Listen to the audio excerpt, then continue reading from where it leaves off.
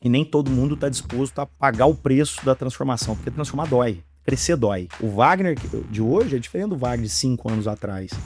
E isso me custou um preço, né? A gente já nasceu ali numa crise, né? Nascemos do subprime ali, né? A bolsa saindo de 75 mil pontos, vindo para 29 mil, os clientes perdendo dinheiro na época. E, cara, a Blue, ela é conhecida por ser uma empresa de processo. Sim. Ela é conhecida, às vezes, até por ser por uma empresa muito dura no processo. Putz, o pessoal acha que ter meta é ruim, ter processo é ruim. Na verdade, eu acho que quem não tem meta, quem não tem processo, não sabe para onde tá indo e não sabe como tá executando. E muitos gerentes de banco falam, olha, eu quero ir para a Blue, tô firme com você, Vagnão, mas no modelo de consultoria. E essa demanda a gente já vê no dia a dia nas nossas contratações. Então, isso não tem como você correr, não tem como você escapar.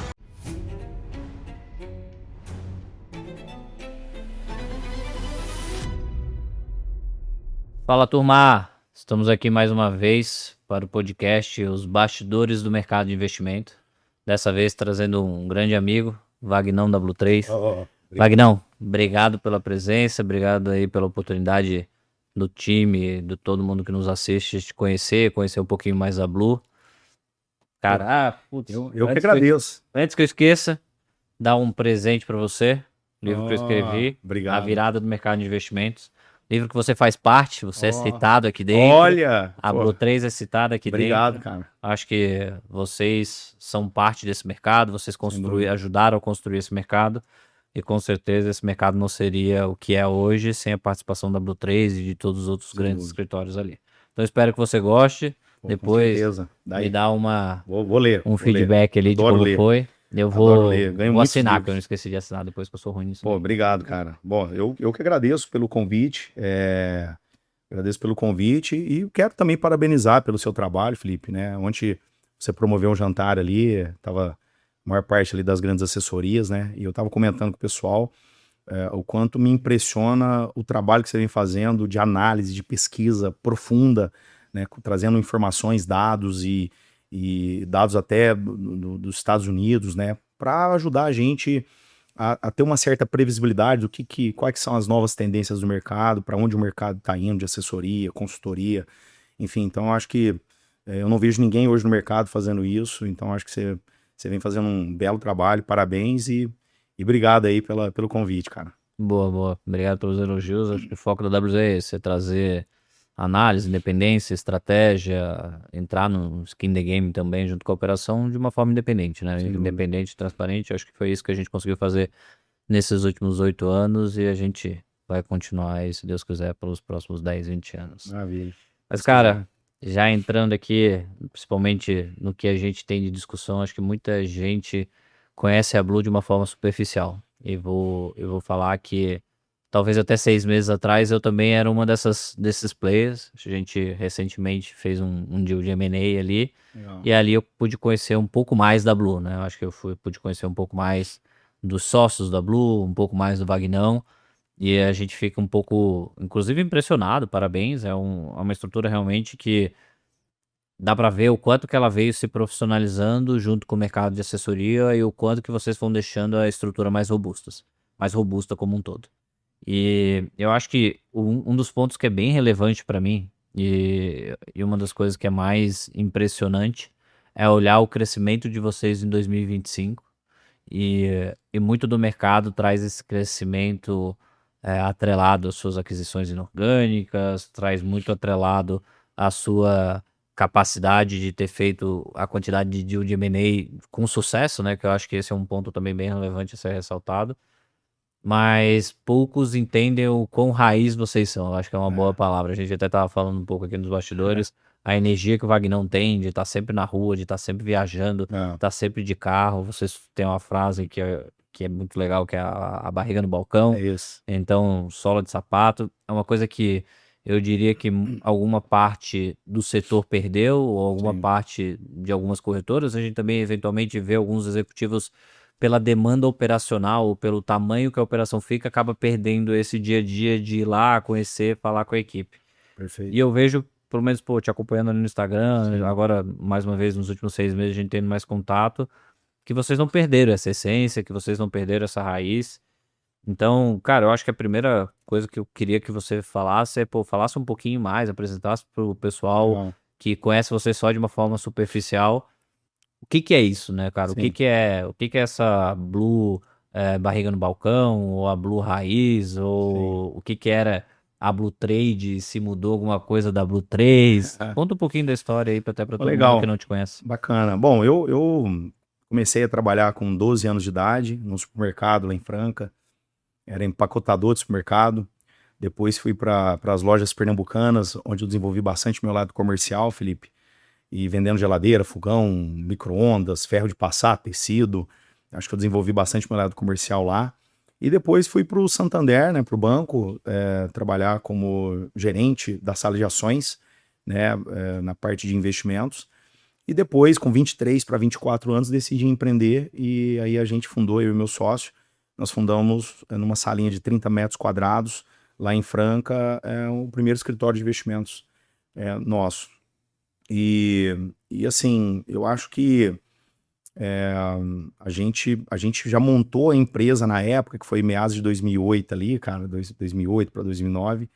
A gente já nasceu ali numa crise, né? Nascemos do subprime ali, né? A bolsa saindo de 75 mil pontos, vindo para 29 mil, aquela loucura, circuit breaker, enfim, os clientes perdendo dinheiro. Na época, os clientes, a gente fazia termo, era muito normal a operação. Hoje já não, acho que existe muito pouco, mas os clientes se alavancavam fazendo termo e tal, e a gente só tinha um produto que era ações, né? Então, você imagina o quanto a gente sofreu. E já foi um baita aprendizado para nós ali, né? Então, acho que e no interior, cara, eu falo assim, né? Muita gente fala, pô, vocês cresceram Seja muito bem-vindo 50% ao no nosso ano, Clínica difícil, né? Eu juro Nutrição. Existem muitos 15%, né? Vários Talvez, eventos. talvez o ano mais difícil O da mais- história do mercado de Sem dúvida, assessoria. assessoria, né? Com Ambipar, Braskem, Banco Mastro, enfim. Mas eu acho que essa proximidade nossa do interior, porque no interior, cara, assim, ó, você chega para visitar um cliente, ele quer saber qual que é o teu sobrenome, de quem que você é filho, quem são seus pais, onde você trabalha, qual é o cliente que já trabalha com você para ele pedir, porque todos nos conhecem, para pedir uma indicação. Então, assim, esse jeito de atender do interior, de você ficar com medo de oferecer alguma coisa e dar errado, porque você vai topar com esse cara no shopping, na igreja, no cinema, sabe, na rua, no restaurante. Cidade pequena é assim no interior, né? Então esse senso de responsabilidade na hora de tomar uma decisão e de oferecer um produto para o cliente de acordo com o perfil dele, eu acho que esse senso de responsabilidade é um pouco maior do que nos grandes centros. E eu acho que esse olho no olho, o fio do bigode, que são coisas que a gente traz muito do interior, esse jeito raiz que você falou, a gente conseguiu, de certa forma, replicar ele para as outras regiões do Brasil, para os principais centros, principais capitais, né? Porque no interior não dá para você esconder. Você fez coisa errada num grande centro, o cara não. É difícil você topar com o teu cliente, mas no interior não. Então eu acho que essa proximidade, esse olho no olho, eu acho que isso fez muita diferença. E esse jeito nosso raiz, né? Assim, eu vim de uma família muito humilde, meu pai é barbeiro, minha mãe cozinheira. Então eu acho que isso, assim, essa fome de querer vencer, de querer construir uma história diferente, né? De construir uma história vencedora, eu acho que isso é muito latente, assim, na minha vida, né? Então, por isso que a gente saiu na época, era Blue Trade, o nome da empresa, a gente só operava bolsa, ações, né? E depois eu mudei para Blue Trade Investimentos. Até um fato curioso, a gente almoçando um dia, eu e o Guilherme Benchimol, e aí eu contando, né, falando do que a gente estava investindo, para onde a gente estava indo, e ele falou assim, pô, Wagner, eu não sei se eu faria uma poupança de longo prazo com uma empresa que tenha o trade no nome.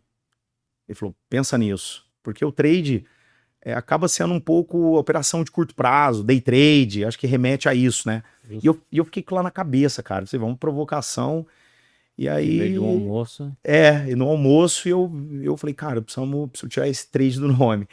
E aí a gente contratou uma empresa, enfim, mas aí um dia a gente já tinha uma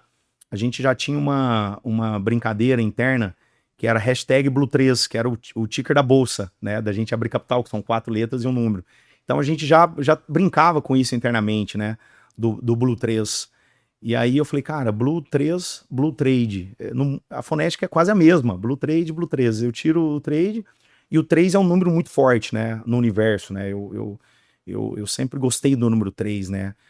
Pai, Filho, Espírito Santo, a célula é dividida em 3 membranas, citoplasma e núcleo, o átomo é próton, elétron e neutro, passado, presente e futuro, então tudo no universo divide em 3. Então eu falei, cara, o 3 é um número forte, né? Mas não poderia ser o Blue Tree, porque o Blue Tree é a rede de hotéis, apesar que é árvore, não é o 3. Mas eu falei, cara, Blue Tree fica muito americanizado, e o Blue é muito forte, eu não queria tirar. Falei, cara, Blue 3, com o número 3, já vira o ticker da bolsa, amanhã a gente for abrir capital na bolsa, e acho que deu super certo, o mercado gostou, o Guilherme adorou, falou, cara, né, teve ali me apadrinhou aí o nome, então acho que foi legal. Sabe o que me lembra essa história? Vocês conhecem a história do nome do Facebook? Não. O Facebook começou como The Facebook.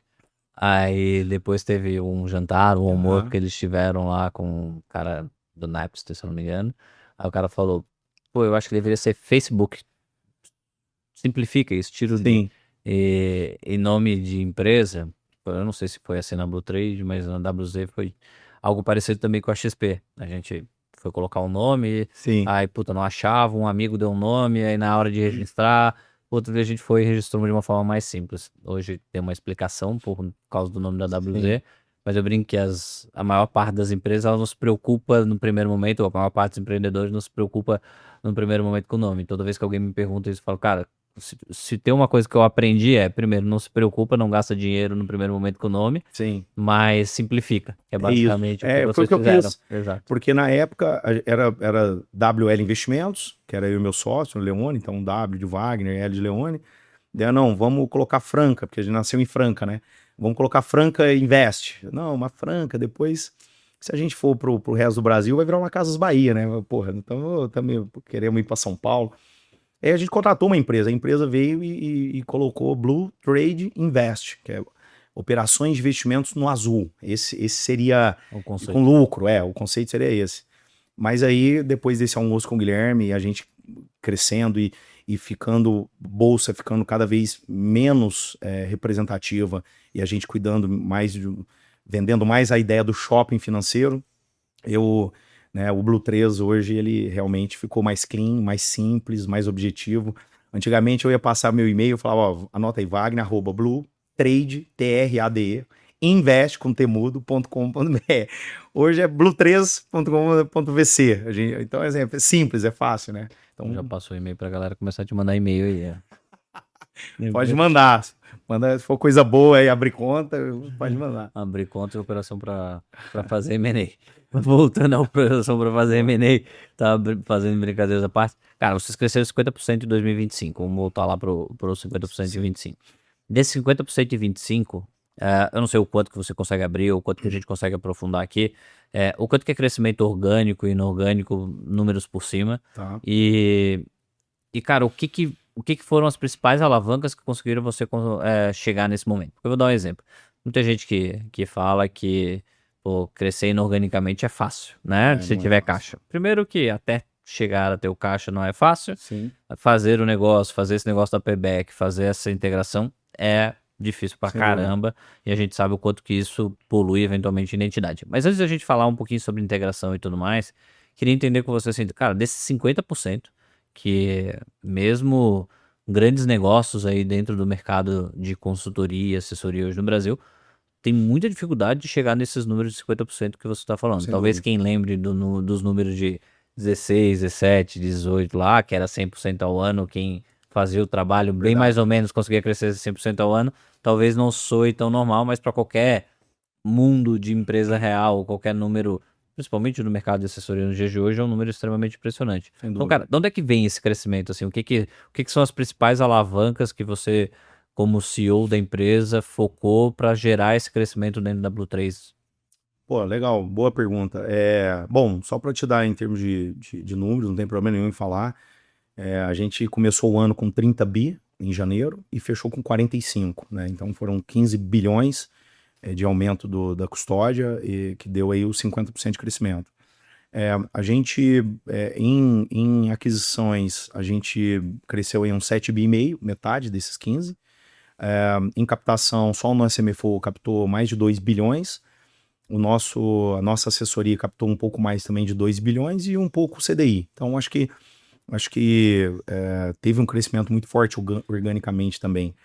É, e, e não é fácil fazer M&A, a gente sabe que M&A você traz, né, outras culturas, até você acertar o valuation, que a pessoa espera que a empresa dele, ele acredita que a empresa dele vale, e o que a gente está disposto a pagar, né? Você acompanhou uma agora recentemente, então a gente sabe que não é fácil, né? Pelo contrário, né? E a gente fez 5 operações, então, e meio que foi tudo mais ou menos ali no mesmo momento, então se a gente não tem uma estrutura robusta para absorver essa quantidade de M&As, realmente vocês perdem, né?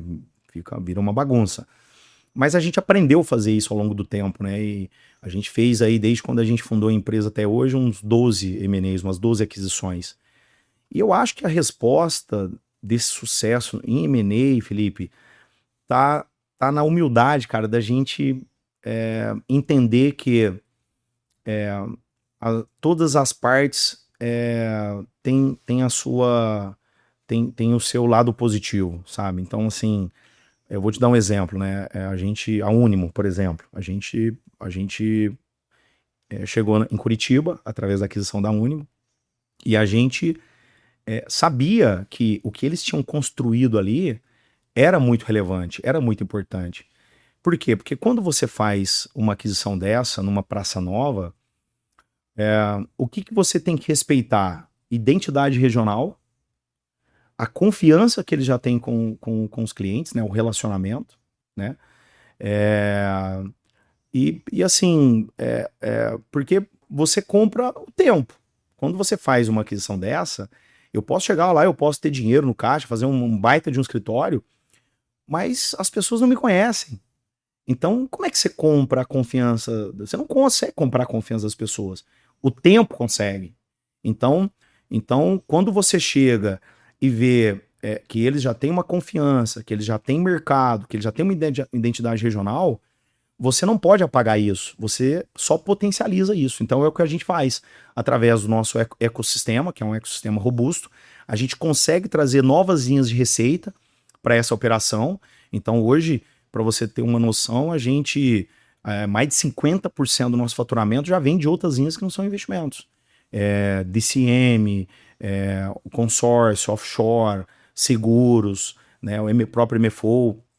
Então, isso tudo a gente consegue gerar mais valor para o assessor na ponta, né? Então, só te dar um dado aqui que é bem interessante. As 3 operações, a gente fez um estudo nas 3 operações que a gente fez no primeiro semestre do ano passado, que foi CMS, Unimo e Squad. Essas 3 operações, 6 meses, a gente analisou 6 meses antes e 6 meses depois que a gente fez a aquisição, que ela já usou e foi beneficiada do nosso ecossistema, da nossa estrutura. Essas 3 operações, na média, cresceram 55% a sua receita. 55%. É muita coisa, Felipe. Assim, uma cresceu 60%, outra cresceu 52%, na média foi 55%. Então, esse é o verdadeiro ganha-ganha, né? Porque a empresa ganhou, o time ganhou, o assessor passou a ganhar 55% a mais na sua renda, na sua receita, no seu comissionamento mensal. Nós ganhamos e a XP ganhou também, porque a XP passou a ter um dinheiro que ela não tinha antes, né? Então, eu acho que esse nosso M&A, essas nossas aquisições têm se dado muito bem, a gente fez muitas e foram todas bem sucedidas, até porque todos os sócios fundadores, né, originais, estão com a gente, né, até hoje, todos que a gente fez, né? E isso não é coincidência, isso não é sorte, isso é método e esse é processo. Então, acho que toda empresa é formada de pessoas e processo. E eu acho que a gente aprendeu a fazer M&A. E eu acho que vem muito desse jeito do interior. Lá no interior a gente usa muita expressão no passo do gado. Ah, vamos no passo do gado, que é ter uma certa paciência, porque esse momento de M&A você tem que ter paciência, porque é uma outra cultura. Então você precisa entender, eu não posso descer as coisas top-down, não, agora abro 3 só porque a gente comprou. E agora vai ser assim, não, a gente leva um tempo, por exemplo, todas as outras últimas que a gente fez, a gente falou, olha, se a gente tem ali um KPI, que é a curva ABCD, né? Então, quando o assessor fecha na curva D, ele é diluído. Quando ele fecha na curva A, ele é elegível a ser sócio, ou a virar sócio ou a comprar mais participação. Então, a gente tem o carinho, o cuidado de falar, quando você está entrando numa nova empresa, numa nova cultura, cara, você não vai participar desse momento agora. Então, você fechar a curva D, cara, nós não vamos te diluir. Nós vamos te dar aí 6 meses, 1 ano de prazo para você se encaixar com essa nova cultura. Então, acho que você ter esse senso de meritocracia no partnership, no crescimento da pessoa, né? Na valorização da performance que ele entrega. E você respeitar que não existe um dono da verdade, por mais que você esteja na ponta compradora, que tem coisas muito boas ali, e nesse momento que a gente faz a aquisição, a gente aprende junto e tenta pegar o que eles fazem de melhor. Acho que esse talvez seja o grande sucesso que eu vejo que talvez outras operações não tenham conseguido, e a gente sim. Acho que esse jeito nós do interior, essa paciência, essa humildade de saber conversar, de saber tratar, de tentar trazer o máximo de coisas boas para dentro do M&A, eu acho que tem ajudado muito. Cara, eu acho que é muito legal ouvir isso. E tem alguns exemplos. Eu não sei se foi o primeiro, tá? Mas talvez tenha sido um dos primeiros M&As que vocês fizeram, que eu acompanhei à distância, que foi com o Marco Túlio, Ah, sim. que tá lá até hoje, lá até virou hoje. um amigo de carreira aqui, Sim, um sim. amigo de indústria. É muito legal o quanto que você traz esse papel de gente, cultura, processo Sim. diferente e de quem tem experiência de fazer a coisa acontecer num processo de M&A. Eu Sem digo dúvida. isso porque, cara, a gente tem uma área de M&A ali e a gente vê que muito player tem no seu plano de negócio crescer via M&A ou via Sim. aquisição inorgânica, desculpa, mas ele nunca fez um deal, ele nunca fez uma integração, então ele ainda não entende nem os problemas que vai passar e cara, normal, assim Sim, como você sem lá dúvida. atrás não teve, eu acho que vocês fizeram lá em 2016, foi em 2016 o do Marco? Foi, 2018? o do Marco foi 18. 18. 18 era a Colina, era uma Isso. empresa dele lá de Uberlândia, ele tinha 200 milhões, a gente tinha 800, e aí a gente na fusão, né, na aquisição que a gente fez, a gente bateu 1 bi. Foi em 2018, o Marco tá comigo até hoje, faz 8 anos que tá comigo, e é o nosso terceiro maior sócio, né, então interessante isso, né, porque eu sou muito... Eu dou muito valor nessas relações de longo prazo, né? Assim, eu acho que hoje, no mundo que as relações elas não duram tanto tempo, né?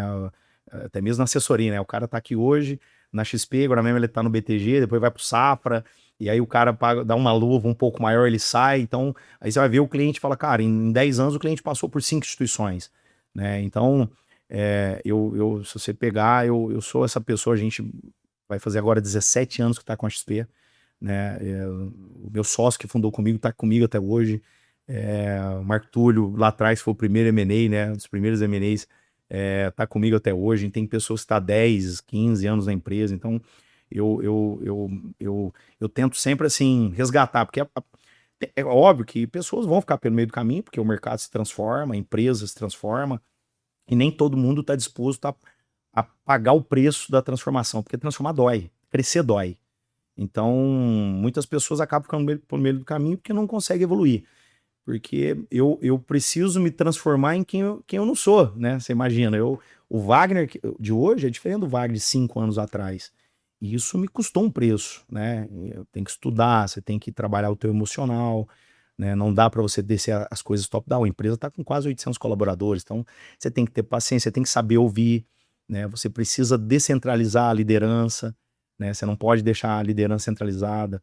Então eu vejo que isso também, eu vejo nas outras, muitas operações dentro da rede, que é muito concentrada ali ainda a tomar decisão no CEO, no fundador. E isso você vai aprendendo com o tempo, né, Felipe? Isso aí não... Porque não existe uma coisa... Eu virei CEO da noite pro dia, cara, mas não existe uma cartilha ali, como é que é ser CEO, né? Não foi da noite pro dia, foi depois de muitos anos de Depois de muitos trabalho, anos, fazendo a coisa exatamente. acontecer. Então, Eu brinco isso, que eu tive essa reflexão também, que eu do nada virei CEO de empresa, pra cá, ou de uma empresa um pouco maior, tal, não do tamanho da Blue, hoje Sim. a WZ tem 70 pessoas, sim, mas do nada tu tem que coordenar diversas áreas, diversas linhas de receitas, e você fala, cara, mas peraí, será... Mas não foi assim, as coisas foram sendo construídas e Exatamente. você vai sendo polido ao longo do tempo e tendo as suas batalhas devidas de acordo com o que você pode lutar, né? Acho Sem que dúvida. ninguém recebe uma batalha demais pra... Sim. Uma batalha grande o suficiente. E se for pequena, você também não vai se desenvolver, Não né? vai, não Né? vai. Ou grande o suficiente ao ponto de você não conseguir Exatamente. enfrentar, né? Eu acho que tem dois pontos legais aqui, ô Vagnão, que assim, cara, a gente tava falando de cultura, processo, dentro de empresas de assessoria. Isso a gente vê que é um negócio um pouco difícil. Porque a gente sempre tem um caso do Romário, a É isso. gente sempre tem um caso daquele assessor que já tem a carteira, então ele não necessariamente quer seguir o processo, ele talvez queira ficar lá na sombra e água fresca dele.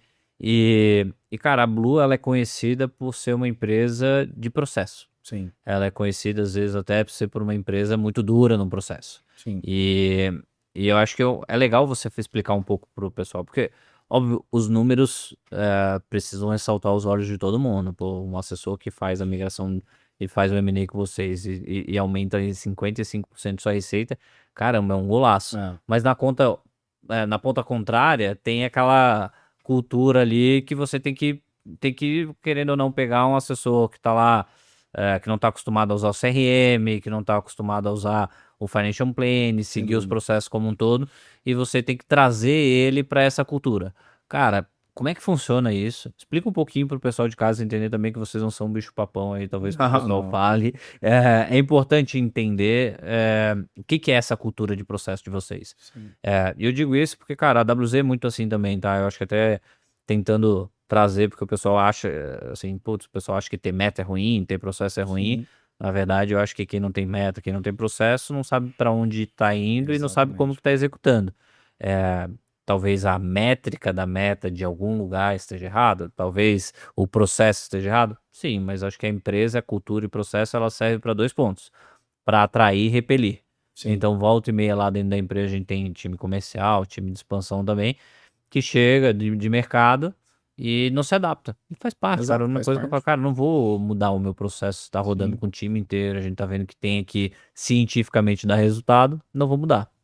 Imagino que de vocês também seja a mesma coisa. sem dúvida. Então, acho que é legal entender isso, como que um negócio de 50 bi hoje, com processo, com metas, que já testou N coisas, traz esse novo time e faz ele chegar até 55% de aumento de receita. Sim, Porque todo mundo ressalta o óleo os olhos olhando para 55% de receita, mas peraí, como é que chega aí? vendo os bastidores. Aí vem os É, processos e a sem cultura. dúvida. Então, como é que chega até esse ponto, né?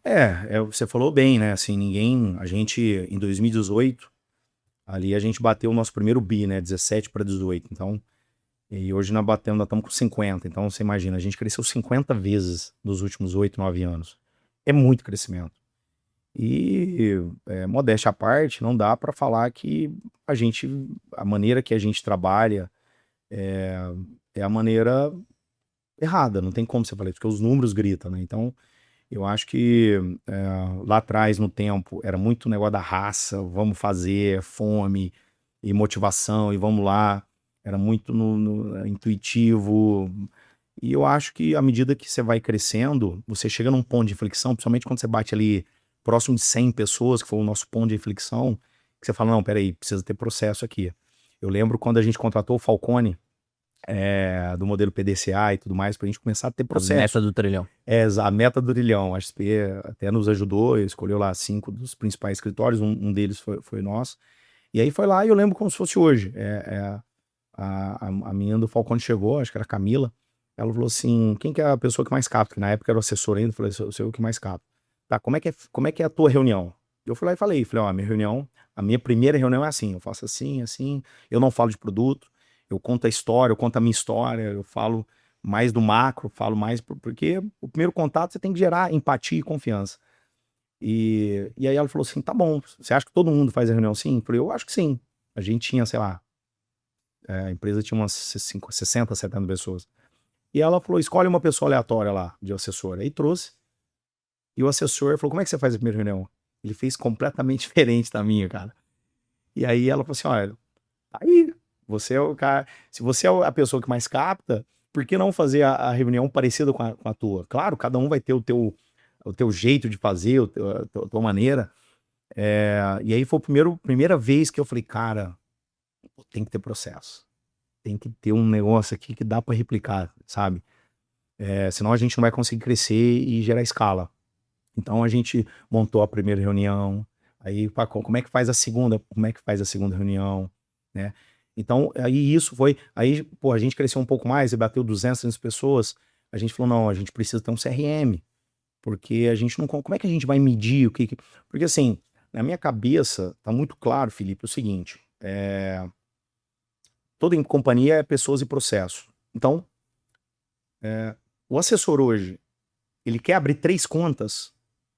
No primeiro funil do CRM, ele tem que ter 30 nomes, 30 prospects. Desses 30 prospects, ele vai conseguir fazer 15 reuniões. Das 15 reuniões, ele vai conseguir abrir 7 contas. E das 7 contas, ele vai conseguir 3 TED no final do mês. Então, 30 do primeiro funil para 3 contas no último funil. É 10% de conversão. Isso em qualquer mercado. Se você for estudar isso na indústria farmacêutica, carro, é 10% de conversão do primeiro para o último funil. Então, eu às vezes entrava no primeiro funil do assessor e falava, cara, quantas contas vai abrir hoje? Ele, vou abrir 3. Abre lá teu primeiro funil. Tinha 10 nomes. Falei, você não vai abrir 3 contas. Ou você vai abrir uma ou nenhuma. Não, mas eu tenho... Não, cara, não vai. Tá aqui. É estatística. A gente já... A não ser que você seja o Romário. A gente já viu. Exato. É porque é o que você falou, todo mundo quer ser o Romário, né? Exato. O cara não quer fazer esforço, quer ficar lá, mas quantos Romários existiu? Só um. Então você tem aquele assessor que é muito fora da curva, que ele tem 5 nomes, ele abre 5 contas. É 5 bolas, chega no Romário, ele metia 5 pro gol. Mas não dá pra você montar uma companhia, uma empresa, montar um time, cara, esperando que você tenha 11 Romários em campo. Porque não vai existir, não vai ter. Então, você precisa montar uma empresa hoje que tenha mais cafuz, né? Que tem um cara que quer treinar, que quer jogar, que quer correr. E eu falo que o que separa uma pessoa outlier de uma pessoa medíocre é a quantidade de esforço que ela coloca. E o esforço é o quê? Nada mais do que o processo. E eu vendo isso na empresa que o processo é meu amigo. O assessor precisa entender que o processo é meu amigo. Ele não tem que, não, isso aqui tá virando banco, coisa chata. Não, tem que preencher CRM. Cara, é para te ajudar. É para você organizar a tua agenda. O ser humano ele tem uma capacidade limitada no seu cérebro. Você não consegue falar, cara, você pega um assessor que tem 100 clientes, 150 clientes. Se você não tem um sistema que te ajuda a organizar, Que te alerta. que do te alerta. aniversário, da oportunidade. Exatamente. Então a gente hoje, a gente tenta vender pro assessor, pro nosso time comercial, que o CRM é um aliado dele e não um inimigo. E eles começaram a entender isso. Não, realmente faz sentido. Porque meio que no banco, quando você chega, cara, ó, a sua meta é isso, tem que fazer isso. E muitas vezes você começa a fazer meio sem saber por que você está fazendo. Então acho que a gente tem um onboard ali muito forte, ali nas 2, 3 primeiras semanas, quando o assessor entra, para mostrar para ele como que é a forma de atendimento da Blue3, né? E no final é para facilitar a vida para ele. O processo que a gente tanto puxa ele, briga e fala, cara, você tem que fazer, é para ajudar ele na ponta, no dia a dia, para facilitar a vida dele, deixar a vida dele mais organizada e ele não se perder. Porque eu falo que muitos assessores eles são passageiros do dia. Né? Ele não consegue pilotar o dia dele, porque é um assessor, um cliente liga, é um problema, é um título, é um resgate, é uma aplicação, é uma reunião que faz, é um almoço, vai ver, cara, o que eu fiz no meu dia? Então, eu até falei outro dia, o Júlio me chamou para bater um papo lá, o que agora é o head do B2B, e ele falou assim, cara, o que você faz para você crescer? Eu falei, cara, eu foco no que eu consigo controlar. Eu não consigo controlar o juro a 15, isso eu não consigo controlar se a esquerda vai ganhar de novo ou se é a direita. O que eu consigo controlar? Os meus processos. Quantas ligações eu fiz? 10 ligações por dia.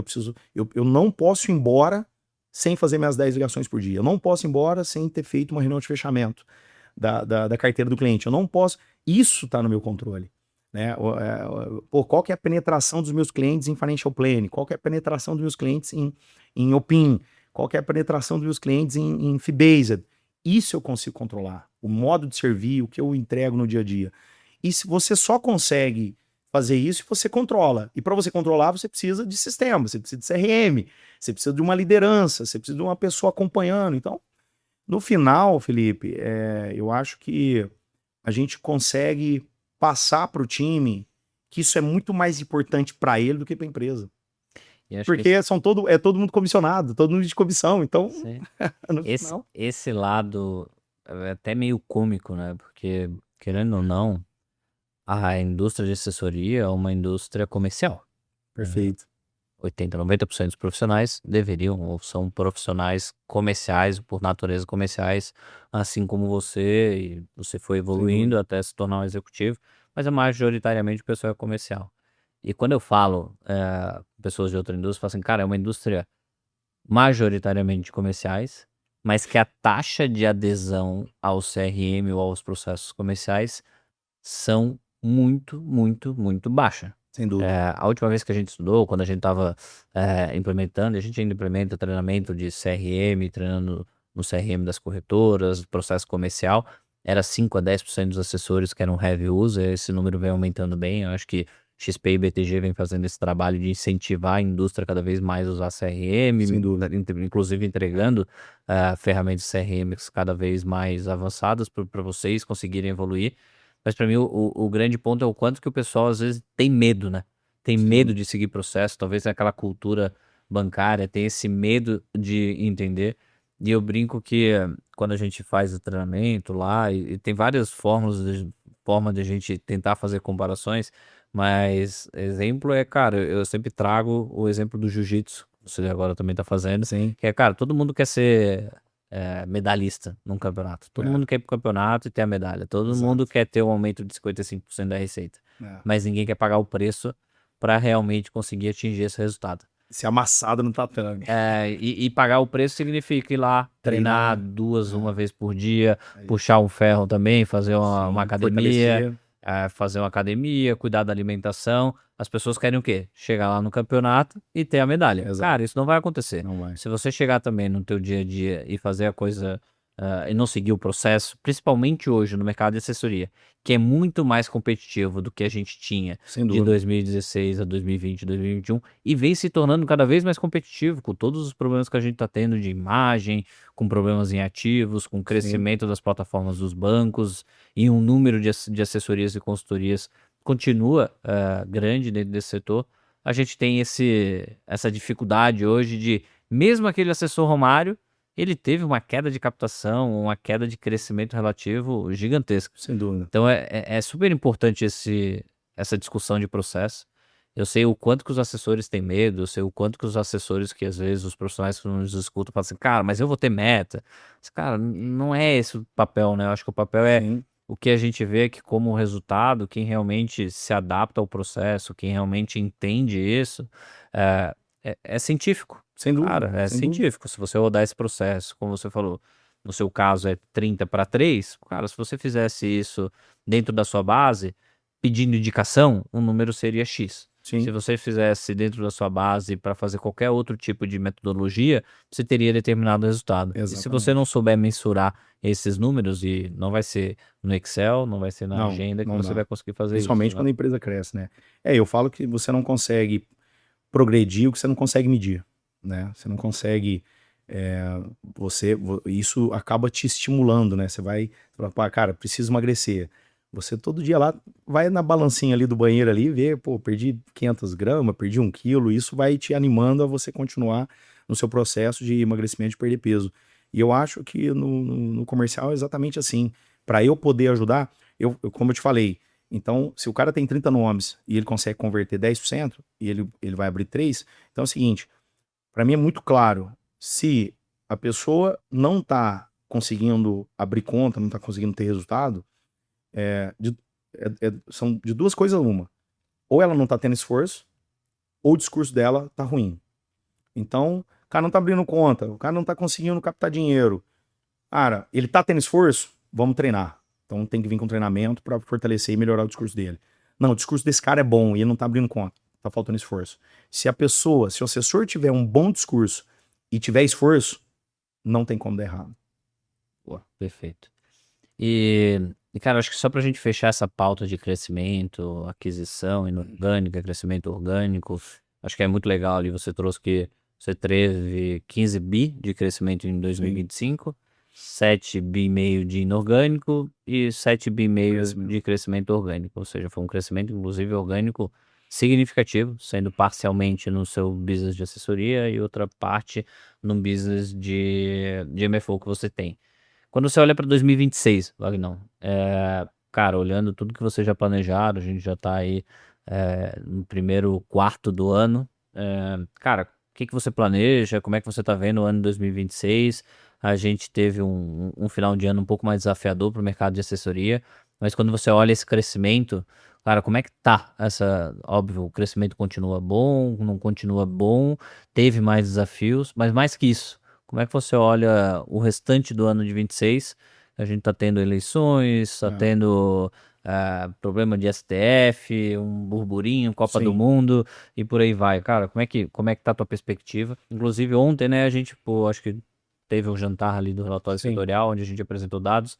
Então, depois de tudo que você escutou e viu nesse primeiro trimestre e agora já quase no final de abril, como é que você enxerga 2026? Cara, o empreendedor tem que ser muito otimista, né? Eu tô sempre otimista, né? Sempre acredito que as coisas vão melhorar, que amanhã vai ser melhor que hoje, que esse ano vai ser melhor do que o ano que passou. A gente precisa estar nessa energia, nessa vibe, porque senão você passa pro time, né? Eu tô otimista, eu acho que a gente tá bem posicionado no mercado, a gente conseguiu construir uma estrutura, um ecossistema robusto, né? E a nossa cultura, né? Você falou ali do M&A, né? E tudo mais, e muita gente fala, cara, como é que você não perde a tua cultura? Eu acho que a nossa cultura é tão forte que a gente consegue abraçar as outras culturas dos outros escritórios, né? Quando a gente faz M&A e sem perder a nossa identidade, sem perder a nossa cultura. Eu eu tô focado no que eu consigo controlar, como eu te falei. Então, assim, cara, eu não fico pensando nisso. Eleição, Copa do Mundo, eu vejo muito pouca notícia de política, porque eu fico focado no que eu não posso me distrair. Eu vejo que muitos amigos meus de outras operações e até mesmo assessores se distraem com muita facilidade. E eu tô focado no que eu consigo controlar. Então, cara, eu tô ligado na minha esteira de contratação. Então, o ano passado eu contratei 77 assessores. Esse ano a meta é contratar 100 assessores comerciais. Isso só na assessoria, nas unidades, sem contar a Blue 3 Digi, que é a assessoria digital, né? Que daí a gente contrata SDR, esse SDR ele vira um assessor digital, ele atende o cliente menor, a gente tem a nossa área de aquisição de leads e tudo mais. Só na assessoria, o primeiro trimestre a gente contratou 27 assessores. 27 assessores. Então, se a gente continuar nesse pace, a gente fecha com quase 110 assessores no final do ano, né? Então, eu estou contratando, estou fazendo aquisições, estou consolidando o mercado, estou trabalhando bastante a marca. A gente contratou agora a Ana Paula Padrão para ser a nossa embaixadora, né? Que é uma jornalista, 18 anos de TV Globo, SBT, Record, fez Masterchef, enfim, para fortalecer a nossa marca. Então, olha, nós não somos mais um escritório de investimentos da XP. Pera lá, pô, deixa eu te contar aqui um pouco o que é a Blue 13. Então, eu venho trabalhando bastante, fortalecendo bastante nossa marca institucional. Esse ano a gente é o patrocinador master da Porsche, né? Que eu acho que tem tudo a ver. Ele entrega uma experiência, o nosso cliente, a gente dá uma experiência para ele, ele vai ali no box, ele entra na Porsche, ele conhece o piloto, enfim, é uma experiência bacana. Então a gente aumentou o nosso espaço aqui em São Paulo. A gente tinha 1.000 metros aqui na Faria Lima, fomos para 1.600 metros. Estamos com o nosso multifamily office aqui, estamos com a nossa Blue 3 Asset aqui, estamos com a nossa área de DCM aqui. Então, sim, estamos reformando o escritório de Campinas, montamos agora a Vila Blue, que o meu sonho desde o início era deixar todas as áreas de suporte trabalhando juntas. O conceito da Vila Blue para mim, quando a XP lançou lá a Vila XP, que era uma coisa mais faraônica, né, indo para o interior, a minha ideia sempre foi, cara, como é que eu faço as áreas trabalharem juntas para ganhar sinergia, né? Ou tecnologia trabalhando junto com o RH trabalhando com as mesas, com os investors, os investors trabalhando junto com o digital, que trabalha junto com o BI, enfim. Como é que a gente consegue colocar isso tudo mundo junto para trabalhar? Então, a gente tem lá um espaço de mais de 5.000 metros quadrados, lá em Ribeirão Preto, onde todas as áreas de suporte, que suportam todas as nossas 23 cidades pelo Brasil, eles vão estar trabalhando junto. Então, isso tudo, cara, é alguém que está otimista, que quer continuar crescendo, que quer continuar entregando uma experiência boa, não só para o assessor, mas para o cliente na ponta. Então, quando você pergunta o que você está vendo para 2026, cara, eu tô animado pra caramba, eu tô empolgado, independente de eleição, de Copa do Mundo, eu vou continuar fazendo o que eu sei fazer, que é trabalhar duro, que é ter a barriga no balcão, que é estar na boleia, que é acreditar no trabalho. De verdade, eu acredito que nada resiste ao trabalho. Esse é meu lema dentro da empresa. Eu não acredito que não tem ninguém fora da curva, né, na Blue. Eu não me considero um cara fora da curva. Eu não acho que não tem ninguém gênio. Eu acho que o que eu acredito é que a gente talvez trabalha mais do que a maioria. Então acho que por isso que a gente chegou onde chegou. E a gente vai continuar fazendo isso, trabalhando duro, cara. Ó, Domar, só um comentário rápido aqui. Queria fazer um convite para vocês. Vocês já devem ter visto aqui no canto superior tem o QR Code para você se inscrever no evento presencial no dia 28 de maio em São Paulo. Mas para você que não consegue ir até São Paulo, eu tenho uma novidade.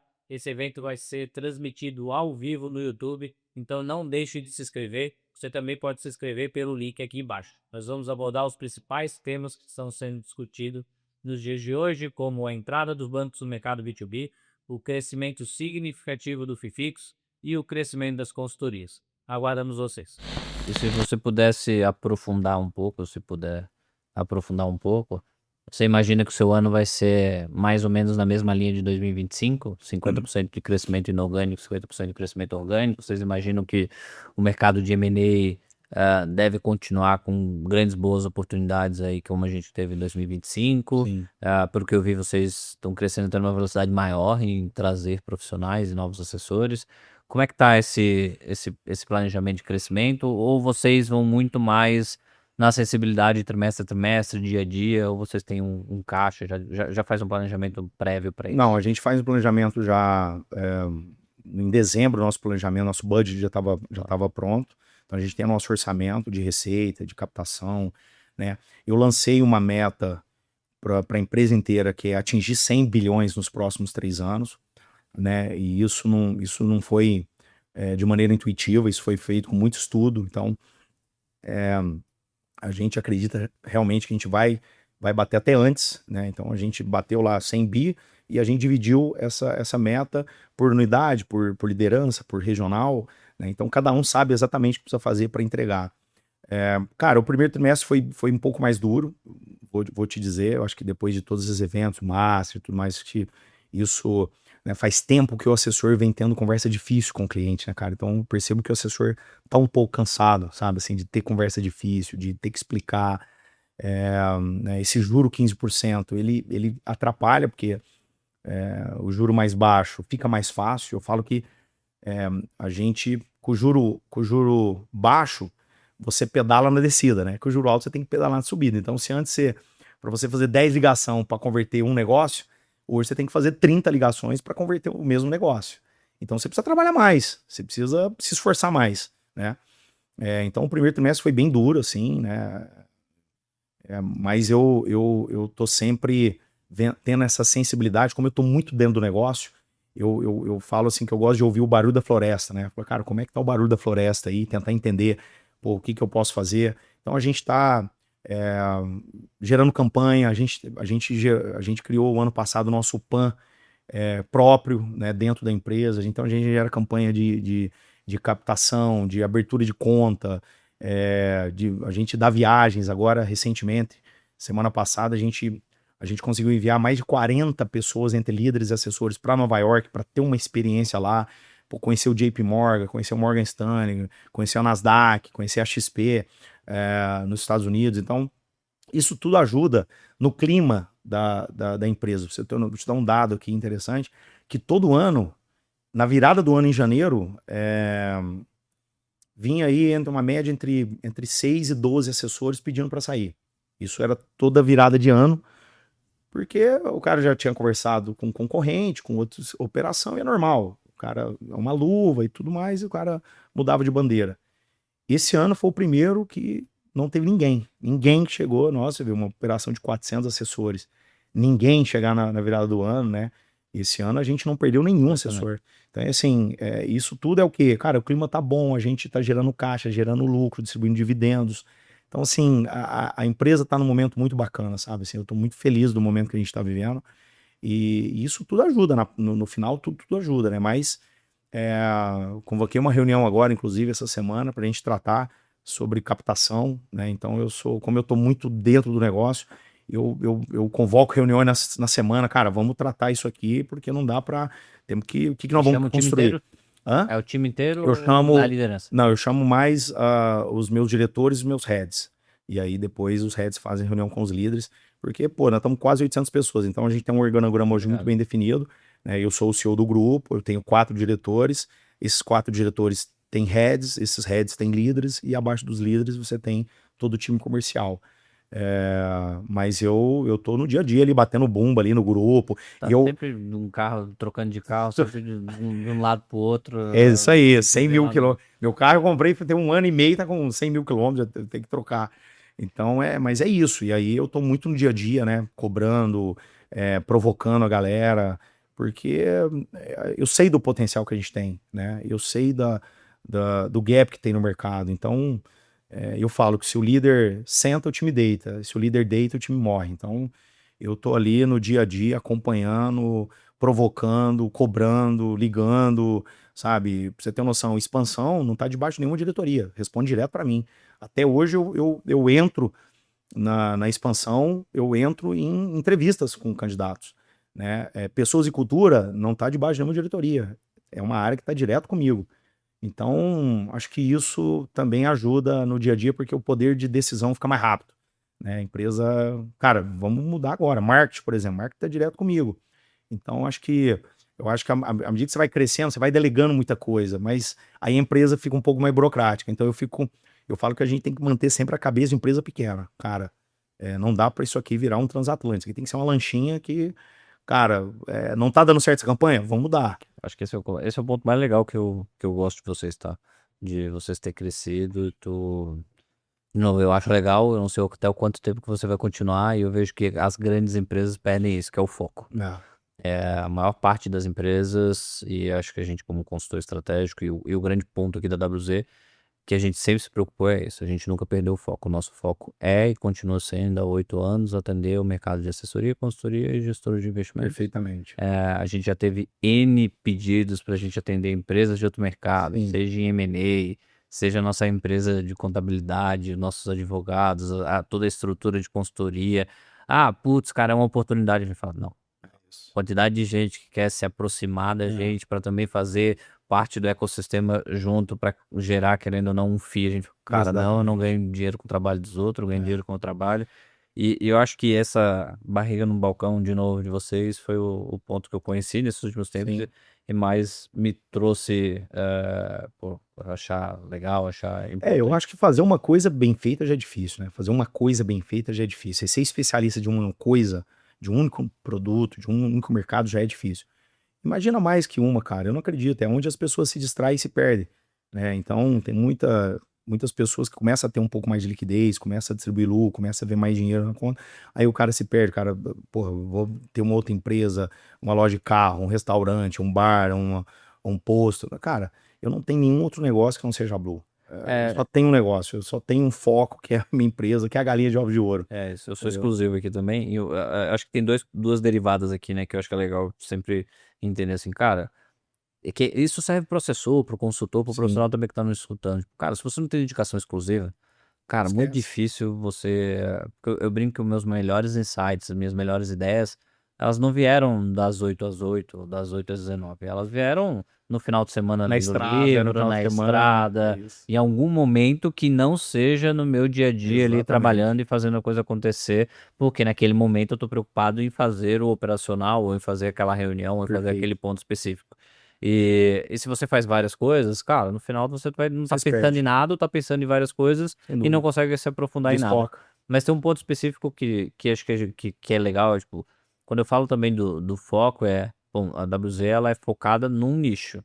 Mas se você é focado numa parte técnica e para vários nichos, até aceito. Tipo, um advogado, pô, é um muito bom advogado em tributário. Cara, ele vai atender tributário em vários diferentes segmentos no setor. Tá ótimo. A partir do momento que ele mudar de tributário para qualquer outra coisa mais específica, cara, vai começar a ter alguns desafios a mais para ele, né? Então, exemplo é, tolo aqui, talvez, especificamente porque eu não sou advogado, não sei se eu estou dando o exemplo certo, mas seria algo parecido nesse Sem estilo. dúvida.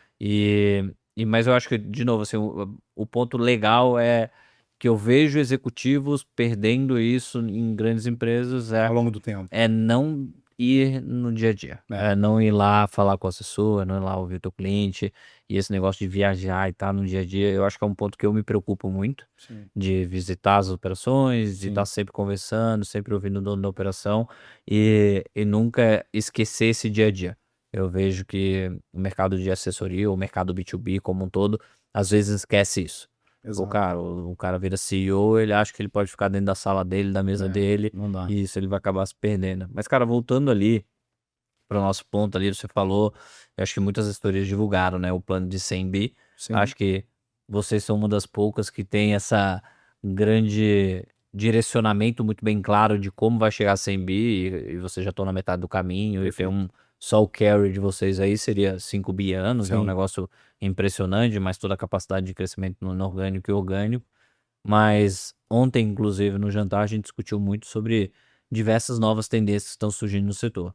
Seja FII fixo, consultoria CVM, o modelo fiduciário, que no livro eu falo, cara, não é o modelo fiduciário por si só, é a forma de atender o cliente de uma forma fiduciária. Você não pode atender ele num modelo de comissionamento, mas ter o jeito de atender no modelo fiduciário. A gente tem um crescimento de consultoria muito grande em número de CNPJs, saindo de um pouco mais de 200 operações para mais de 500 em 2 anos.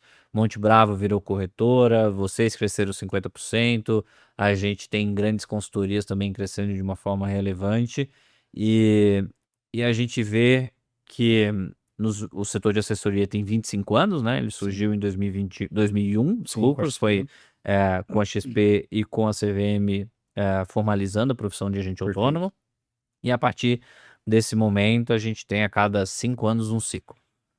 Em 2006 tivemos o Home Broker, 2011 a plataforma aberta, 2016 a gente teve Itaú, XP, quando o Itaú entrou na XP, Partnership, depois 2021 contrato de exclusividade, e agora a gente tem todo esse burburinho de transparência, conflito de interesse, FII fixo, consultoria.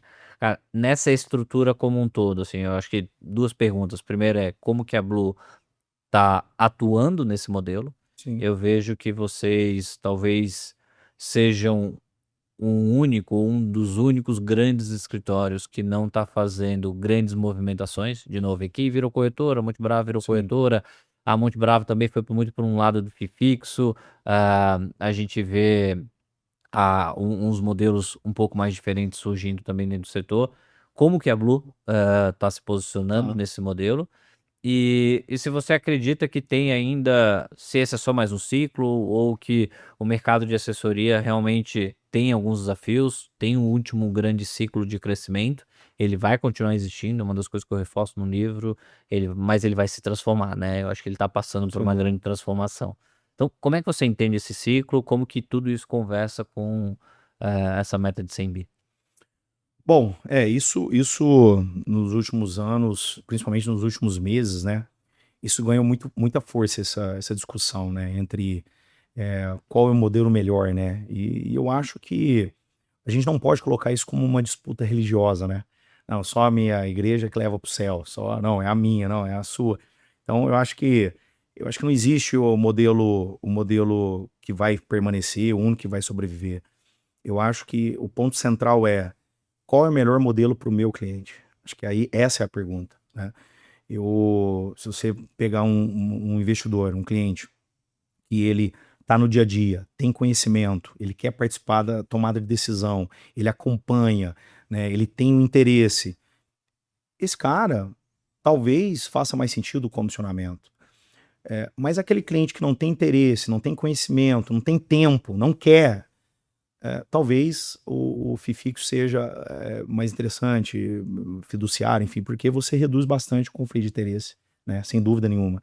Então, Eu acredito que não é o último ciclo, pelo contrário, até porque nos Estados Unidos, que é um mercado infinitamente mais maduro, onde lá não existe mais a centralização bancária, né? Eu acho que a gente está num passo até atrás, né? A gente está ainda na centralização. 80% do dinheiro está nos bancões, cara. Sabe assim? Então, a gente ainda está um passo atrás. Então, eu acho que lá nos Estados Unidos, que é um mercado mais maduro, demorou décadas e ainda os dois modelos se coexistem lá, né?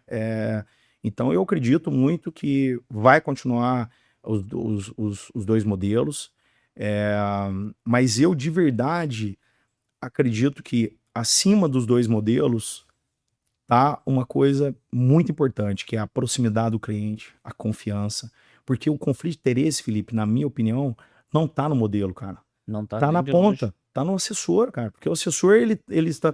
Pô, um cliente que tem 100% da carteira em título público, você acha justo eu cobrar 0,607 dele? Eu não acho. Ele vai ficar com a carteira parada ali, título público. Qual que é a complexidade do investimento que ele tem? Então, eu acho que é um tema que vem se discutindo, né? Ganhou força. A gente antes, por conta até de tecnologia, a gente não tinha como oferecer o FII fixo, né? Agora que a XP, através da plataforma dela, falou, tem essa opção. O ano passado ela veio, a gente começou a oferecer, cara, a gente tem esse outro modelo.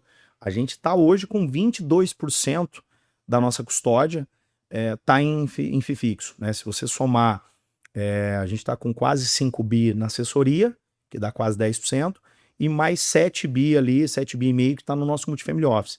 Então, quando você soma os dois, dá aí uns 12, 13 bi, a nossa custódia 50 e poucos bi, dá aí 20, um pouco mais de 20% que a gente tem hoje. Então, eu não desço falando que, cara, é para fazer 100%, não acredito, porque, como eu falei, nos Estados Unidos, que existe desde a década de 70, 80, não tá longe de ser isso, acho que Não. hoje é 60%, 70% no máximo. Exato. Então agora, não dá para a gente ficar parado, né? Então, acho que a gente, agora esse mês de maio, a gente vai anunciar, não só internamente, mas para o mercado, que a gente também tem a consultoria, né? A gente também tem a consultoria, eu acho que é importante, porque eu vejo que você tem a Portfel ali falando que são os únicos que tem, os únicos que fazem, eu acho que falta o mercado falar. Eu tive até almoçando, né, com o Mafra na semana passada, o Júlio, e eu falei, acho que a gente precisa falar mais, né, fazer mais propaganda, que a gente também tem,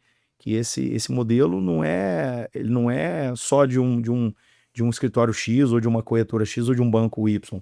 A gente tem também esse modelo, né? Então, a gente desenvolveu, a gente já está pronto a nossa área de consultoria, e a gente vai dar a opção para o cliente ele ser atendido da melhor forma que ele quiser ser atendido, né? Então, acho que o que a gente precisa ter é maturidade o bastante para com muita honestidade, tomar decisão e falar assim, cara, esse cliente, o perfil dele faz mais sentido em qual modelo? Acho que isso talvez tenha que estar um pouco mais latente na ponta, sabe? Acho que é um pouco mais que está faltando. Mas eu continuo acreditando que os dois modelos vão se coexistir, os três modelos. Acho que você tem que ter. Acho que o mercado vai continuar se transformando, sem dúvida nenhuma, como se transformou nos últimos anos. Mas eu acho que, como eu falei, é no passo do gado. Também não é essa coisa, é esse modelo. Não, cara, eu tenho todos os modelos. Qual que você quer ser atendido? Acho que no final é um pouco isso. Boa. É legal esse questionamento do passo no gado, porque o brasileiro, por natureza, ele adere, ele tem um sentimento de fome muito rápido. A gente tem um mercado pequeno, mas um mercado que adere a tecnologias também de uma forma muito mais rápida que a gente vê em qualquer outro mercado. Então, às vezes, as transições aqui são feitas muito rápidas, né? Eu sempre dou o exemplo do gerente de banco que migrou para o mercado de assessoria.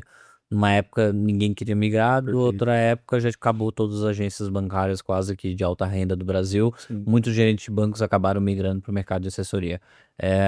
A gente vê que hoje existem existem duas vertentes nessa pergunta, talvez no FII fixo e consultoria, que é essa primeira migração do cliente, que nem todo cliente deveria migrar, independente para onde ele vá na vida Perfeito, dele, ele perfeito, deveria ficar, em perfeito. muitos casos, no modelo de comissionamento, seja porque ele Sim. faz por conta própria, seja porque ele tem uma proximidade diferente com o profissional. Mas a gente tem também uma migração de profissionais para esse modelo, seja para o modelo de FII fixo, seja para o modelo de consultoria.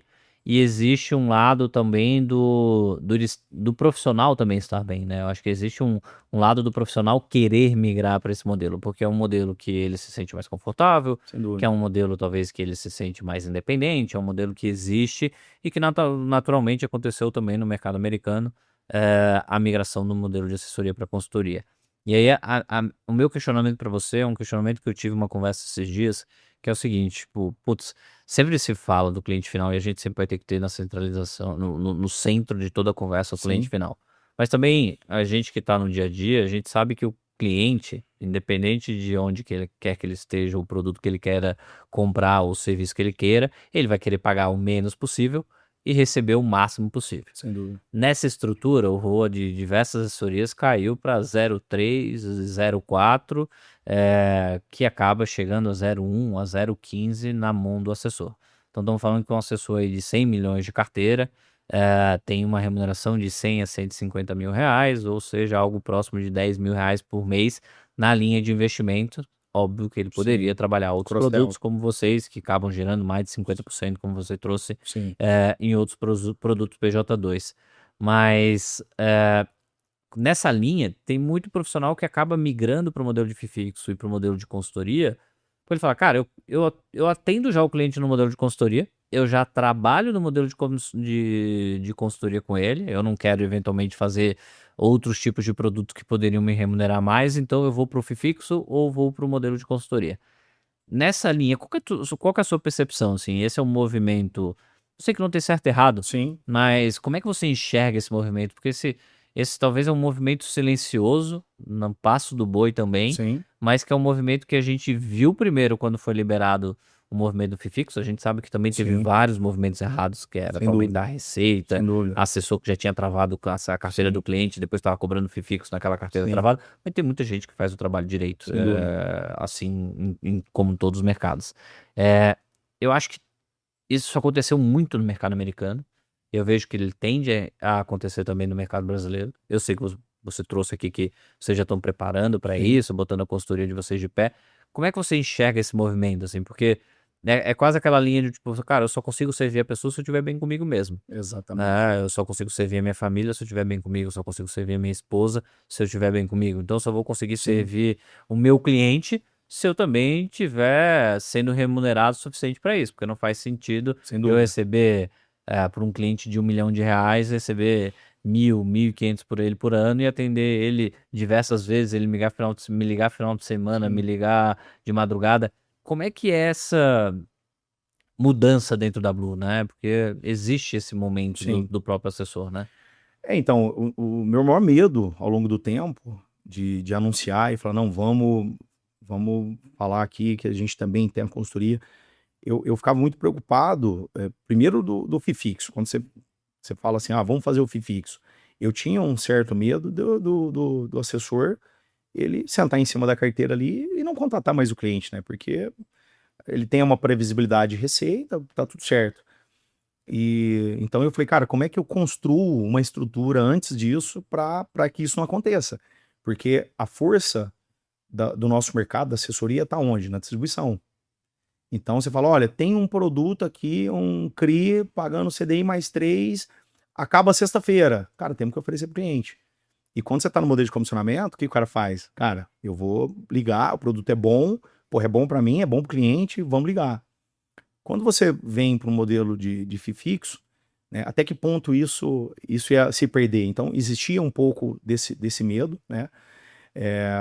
Hoje não tem mais, porque a gente construiu alavancas e processos para que isso não aconteça, né? Então, o cara que tem o FII fixo, ele precisa falar ainda mais vezes com o cliente, porque o cliente está pagando o boleto ali, né, do serviço, então é o contrário, você tem que estar falando mais, o investor tem que estar entrando em contato mais, as áreas de cross-sell tem que falar mais com o cliente, esse cliente, ele precisa ter o OPIN, ele precisa ter o financial planning, né, então é o contrário, e eu vejo que muita gente tá vindo nesse modelo de consultoria, mas sem entregar, né, nenhum valor a mais. Então, eu acredito que em algum momento essa conta vai chegar, Felipe, entendeu? Por que até hoje a gente não anunciou? Pô, a gente cresceu 50% ano passado, cara, só no modelo. o nosso modelo não mudou, o nosso modelo é o mesmo, e a gente cresceu 50%. Então, eu tenho muita essa preocupação da gente... Não, a gente tá indo agora, tem consultoria, porque eu já vejo que não dá para você sair dessa onda, porque é uma onda que veio, a gente conversa, eu participo de algumas entrevistas, e muitos gerentes de banco falam, olha, eu quero ir para Blue, tô firme com você, Vagnão, mas no modelo de consultoria. Porque eu tô atendendo esse cliente meu há 10 anos, ele vai comigo, só que ele não vai fazer até de 100% do dinheiro dele e mandar para vocês, né? Ele quer continuar com o dinheiro dele lá no Bradesco, no Santander, ou no Itaú, mas ele quer que eu sou esse elo de confiança, eu sou essa ponte de confiança. Então, e essa demanda a gente já vê no dia a dia nas nossas contratações. Então, isso não tem como você correr, não tem como você escapar. Mas o que de fato a gente vai entregar? Então, a gente faz 6 meses que a gente pegou todo o nosso know-how, tudo que a gente faz na Trum, que é o nosso Multifamily Office, e está trazendo para a nossa consultoria. Então, relatório, consolidação, sistema, um time, capacidade tecnicamente para poder atender esse cliente em todas as outras instituições. Então, isso você não faz da noite para o dia. Então a gente faz 6 meses que a gente vem se preparando. Agora, em maio, a gente de fato coloca de pé oficialmente, onde a gente vai trabalhar bastante o marketing da empresa, não só o endomarketing, falando para os assessores internos que a gente tem, como também para o mercado. Que olha, agora a gente está de fato preparado para ter a consultoria aqui dentro da Blue 3. E eu acho que eu vejo poucas operações com essa preocupação. E eu acho que essa conta em algum momento vai chegar. Porque eu acho que de fato a pessoa precisa enxergar valor de verdade. Sabe? Boa, Então, eu tenho muita essa preocupação. boa. Cara, estamos chegando no final, já passamos um pouquinho aqui, inclusive, do nosso horário. Eu criei agora, Vagnão, um momento final, que inclusive eu não te trouxe, é para ser surpresa mesmo. Mas é um momento para ser descontraído, é um momento para a gente fugir um pouquinho, que eu não sei se você tem isso, mas na WZ a gente tem bastante, acho que todo mundo tem que trabalha no mercado de investimento, que é um momento diquinha, né? Puta, me dá uma diquinha aí de investimento, me dá uma diquinha aí da vida, me dá uma consultoria de graça, eu só queria fazer um bate-papo, vamos só tomar um café. Quantas vezes você deve ser questionado isso semanalmente? Eu brinco que eu devo receber algo em torno de 2 ou 3 mensagens por semana Sim. de alguém que chama pra tomar um café sem falar o objetivo de tomar o café. Fala assim, cara, ei, vamos tomar um café? E a pessoa que eu nunca conheci, nunca vi na Sim. vida, sem falar o objetivo. Cara, pô, mas peraí, calma. O que a gente vai falar sobre o que é? Ah, não, eu queria tirar umas dúvidas com você e tudo mais. Não, beleza, legal, vamos fazer e tal. Que eu brinco que é o café da diquinha, né? Então, puta, cara, às vezes não vou ter tempo pra fazer o café da diquinha especificamente. Então, eu vou te fazer esse momento diquinha com você. Então, o momento diquinha são 3 vertentes. Uma diquinha de investimento, uma diquinha pra vida profissional e uma diquinha pra vida pessoal. Então, vamos lá. Diquinha de investimentos do Vagnão. O que é a diquinha de investimento do Cara, de Vagnão no dia de investimento, hoje?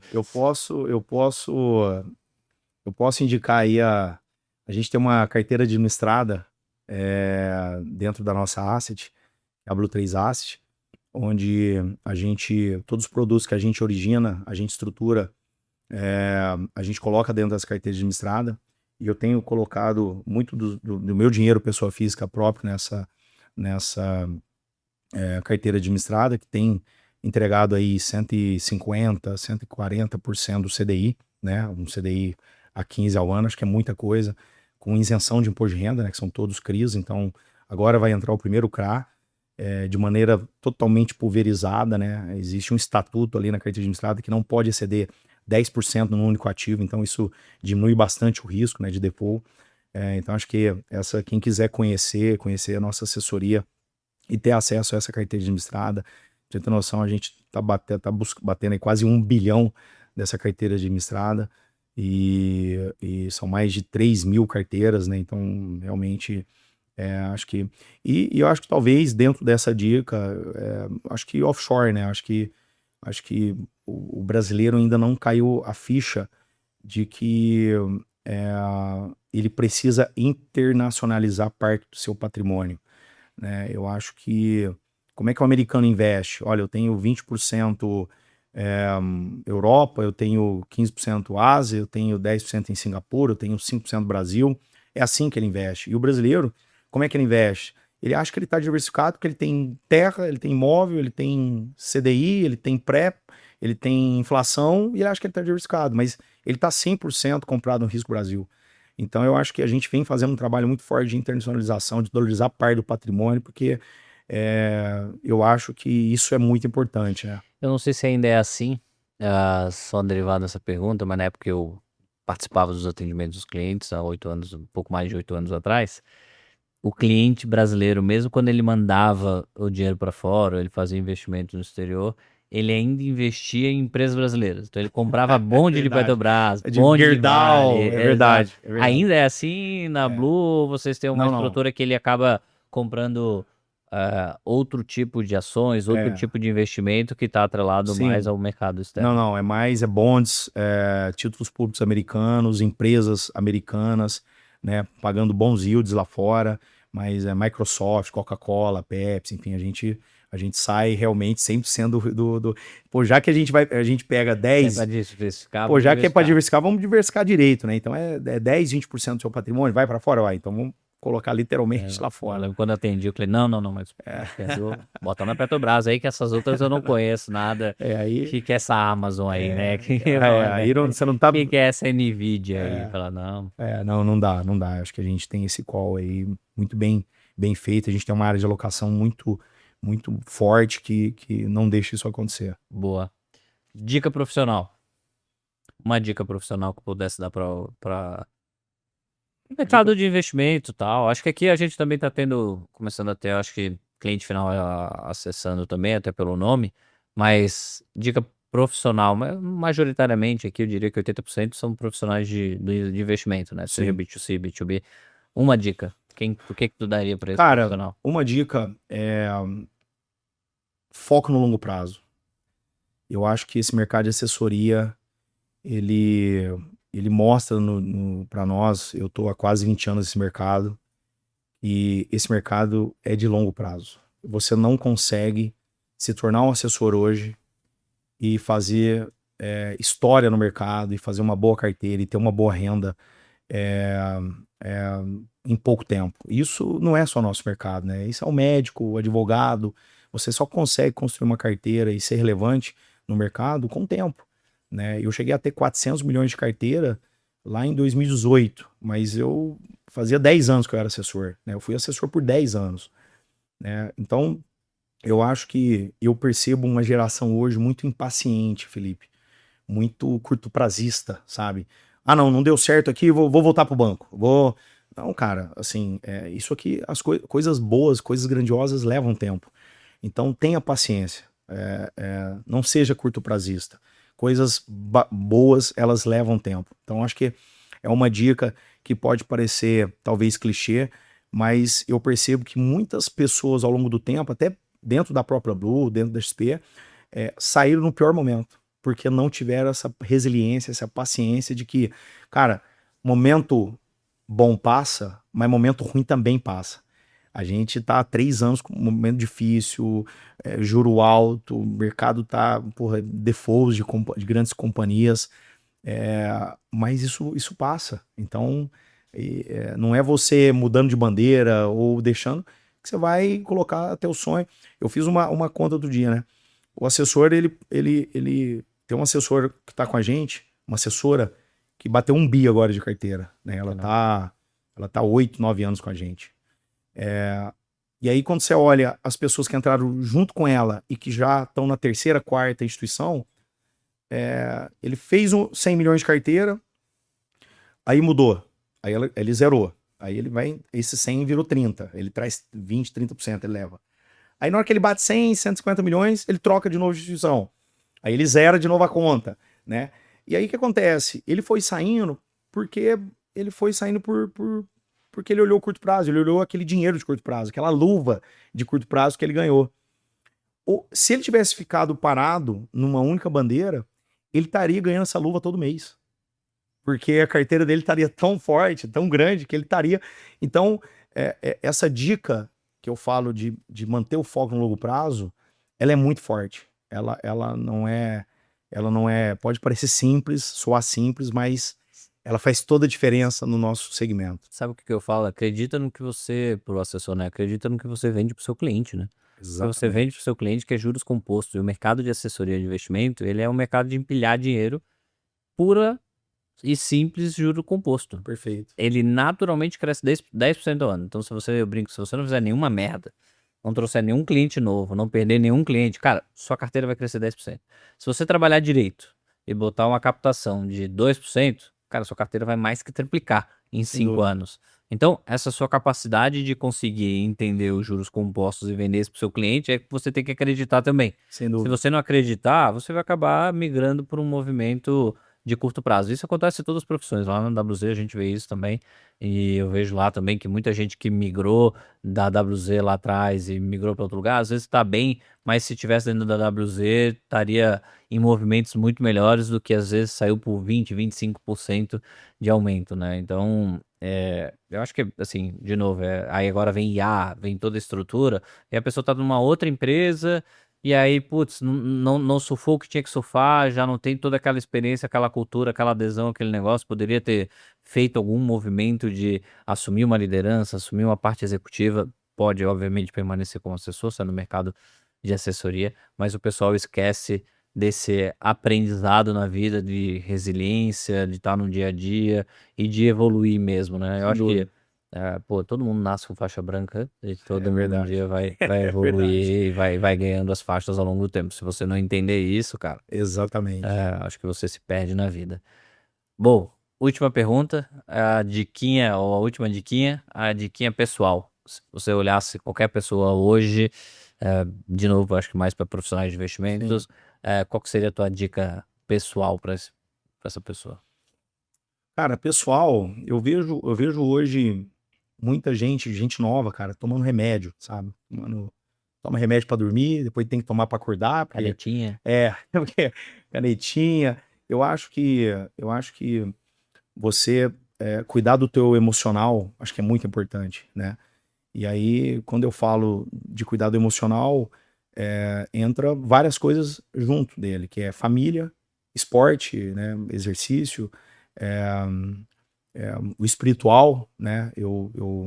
Assim, pô, eu toco violino na igreja, tenho o meu momento espiritual que me ajuda muito no emocional, de estar bem, estar com a mente forte, estar com a mente boa para tomar a melhor decisão. Eu faço jiu-jitsu, né? Sou faixa azul, não sou marrom como você, mas foi uma coisa que eu fiquei Questão de apaixonado. tempo. É questão de tempo, cara, assim, o mosquitinho me picou, eu não consigo ficar sem treinar no Eu meio da achei que semana. a sua dica ia ser faça jiu-jitsu. Pode ser, tá dentro do. É porque hoje eu vejo a galera muito fraca psicologicamente. E eu acho que dentro dessa fraqueza emocional, não é só o jiu-jitsu. Eu acho que o jiu-jitsu também é. Eu acho que o jiu-jitsu, somado ao espiritual, somado à família, né? Eu acho que isso deixa o emocional mais forte. Então, eu tenho meus amigos, tenho minha família, que todo final de semana eu paro, eu tenho um momento, vou para o meu sítio lá, para minha chácara, fazer meu churrasco. Eu tenho um momento toda semana que eu vou na igreja, eu levo minha família, meus filhos, de onde é a minha terapia espiritual. E o jiu-jitsu no tatame, cara, a analogia que a gente tem com a vida no jiu-jitsu é impressionante, né? Assim, você chega ali, você não compra a faixa preta. Você pode até comprar, você pôr na cintura, você vai pegar um azul ali e você vai ser amassado, né? O respeito que você tem, a hierarquia de chegar, cumprimentar, pedir licença para entrar no tatame, né? Isso eu acho que vem diminuindo no mundo. Então eu acho que o Gil, a família, né, não esquecer da origem, eu acho que isso é uma coisa que me mantém forte e focado em continuar crescendo.